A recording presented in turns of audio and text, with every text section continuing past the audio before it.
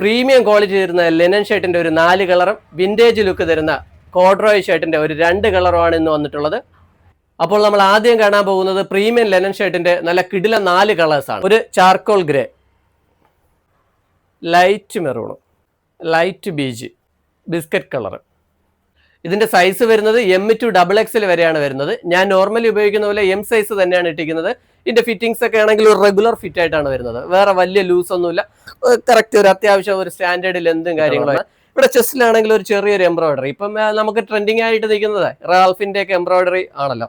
അപ്പോൾ ഇവിടെ ഒന്ന് സൂം ചെയ്ത് കാണിച്ചു കൊടുക്കണം കേട്ടോ. ചെസ്റ്റിൽ റാൽഫിന്റെ ഒരു എംബ്രോയിഡറി ഒക്കെ വെച്ചിട്ട് നല്ല ഒരു കിടിലൻ ലുക്കിലാണ് ഇരിക്കുന്നത്. ഒരു പ്രീമിയം ക്വാളിറ്റി ഉണ്ട്. നമുക്ക് മെറ്റീരിയൽ നോക്കിക്കഴിഞ്ഞാൽ കണ്ടോ, നമ്മളെ ഒറിജിനൽ ലെനനെ വെല്ലുന്ന സാധനമാണ് കേട്ടോ.